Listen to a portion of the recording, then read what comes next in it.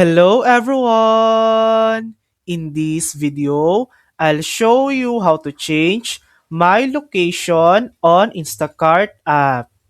First, open the Instacart app and log in to your account. Once you're on the home screen, tap the menu icon in the top left corner. Next, go to Account Settings, then tap Addresses. Here, you can add a new address, edit an existing one, or change your current location. You can also update your country, such as switching from the United States to Canada if needed. Once you save the changes, Instacart will update the stores and delivery options for your new location. And that's it.